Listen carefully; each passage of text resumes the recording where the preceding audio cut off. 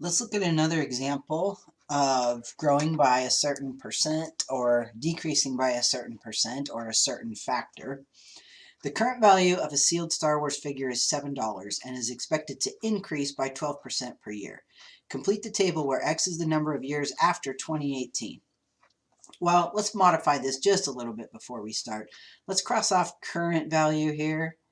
And let's say the value of a sealed Star Wars figure is $7 in 2018. I think I made up this example in 2018, and so that was current at the time. So at 0 years, the current value, that's the $7. Now, we know that the value is going to increase by 12%. So there's a couple different ways we could do this. We could take the $7, and I think most people would do it this way, and they'd multiply it by 12% and see what they get. Let's clear this. 7 times 0.12, and they get 84 cents, and then they think, okay, great, well, my cool figurine is going to increase in value by 84 cents. So now the value is $7.84, and you'd be exactly right about that. But there's a quicker way to do it. And this is really going to come in handy when you have to write the equation. So even though you can do it this way, I'm going to encourage you to not. I'm going to encourage you to do it the way I'm going to show you right now. Another way to think about this is I have a $7 item, and obviously I get to keep the 100% of it, right, of the value, but it's going to increase by 12%. So the next year, the value of my item is going to be 112% of what it was the year before.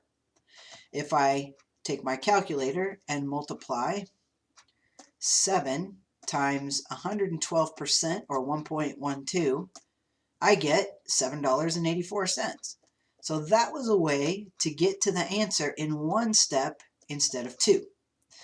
Next year, same thing. It was $7.84. If it goes up by 12%, it's going to be worth 112% of what it's worth today. So in one step, I could take this, multiply by 1.12, and I get 8.78. So $8.78. So I skipped the step of finding out how much it increased by. Now I could subtract these and get that answer if I wanted to.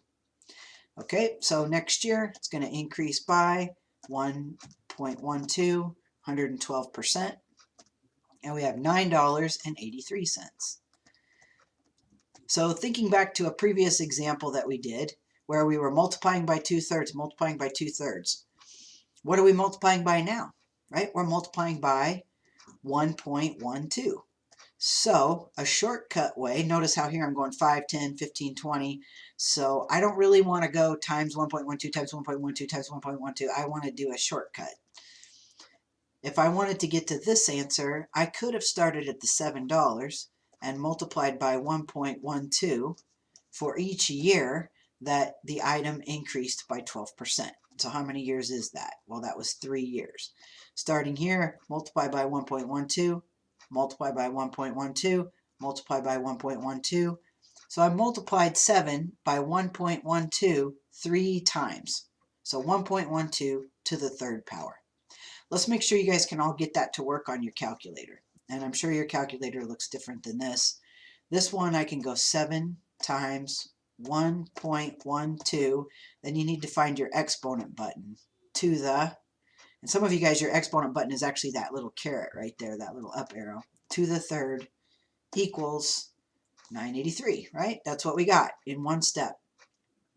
So now you could think about how you could get the 5th year, the 10th year, the 15th year using exponents instead of multiplying by 1.12 over and over and over. All right, so I want you to fill out the rest of this table using exponents, and then I want you to graph it all out, make sure you set a scale that makes sense to you.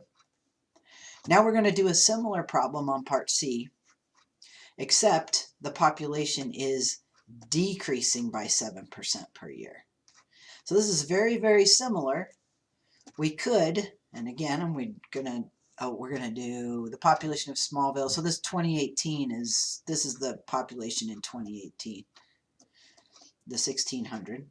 If I wanted to get 1 year after that, what I could do, but I don't really want you to, is multiply by 7% and see how much the population went down.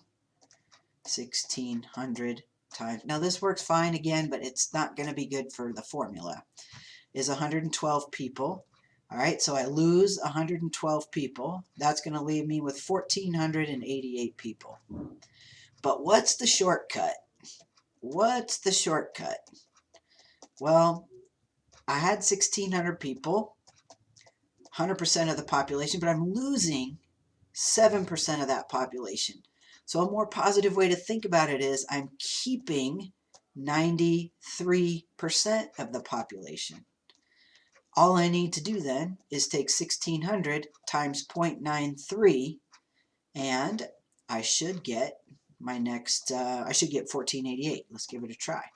1,600 times 0.93 equals 1,488. Awesome. 1,488. That was 1,600 times 0.93. Now, if I want to get 2 years, I take 1,488 times 0.93, or 1,600 times 0.93 for the first year times 0.93 for the second year. In other words, 1,600 times 0.93 to the second power. All right, and so you could follow this along similarly to what we did with the increasing percent, but this time we're decreasing by 1%. So I want you to fill out this table, and then I want you to complete the graph for that. There's a graph for that as well. Then at the end, we have these questions referring back to the ones that we did at the beginning. So I'm going to do D with you, and then I want you guys to do E and F. So part D, the equation for question A. Well, we figured that out in the last video, was y equals 108 times 2/3 to the nth power. So let's write that down. Y equals 108 times 2/3 to the nth power. What is the initial value? So the initial value is defined to be the value when n is 0, or when the input is 0. So in this case, that's the initial height of the object. The growth factor is what you're multiplying by. So the growth factor here is 2/3. Now, because this number is less than 1, it's not actually growing, it's getting smaller. Because when you multiply by a number between 0 and 1, your result is a smaller number. But we're still calling it the growth factor. Since this number is less than 1, or between 0 and 1, the situation represents exponential decay. All right, so if your growth factor, let's write some stuff down about the growth factor over here. So if your growth factor is greater than 0 and less than 1, and our growth factor is always going to be positive. We're not going to talk about a negative growth factor. Then we have exponential decay. Okay, if our growth factor is greater than 1, like our Star Wars thing, then we're going to have exponential growth. And what we should see in our graphs, when we have exponential decay, we should get a graph that kind of looks like this at some point. You might not get this part. We probably won't do any that have decay over here. We'll start at some initial value and then we'll decay. Now, depending on how fast it's decaying, that will determine how fast the graph goes down. So it could look something like this and be very slow decay. Sorry, that's supposed to look more smooth. But it's going to have this shape. Exponential growth is going to start at some number. If it's growing fast, it's going to do something like that. It could grow a little bit slower and do something like that. But this is all the shape of exponential growth or exponential decay. As opposed to linear growth is going to look like this. Linear decay is going to look like this. Linear growth is a negative slope. I'm sorry, linear growth is a positive slope and linear decay is a negative slope. exponential decay and exponential growth are determined by the growth factor. Whatever number you're multiplying by here, whatever number's the base that's being taken to the exponent. All right, so I want you to finish up this whole worksheet, everything we didn't do, I want you to complete, and then upload that for your assignment.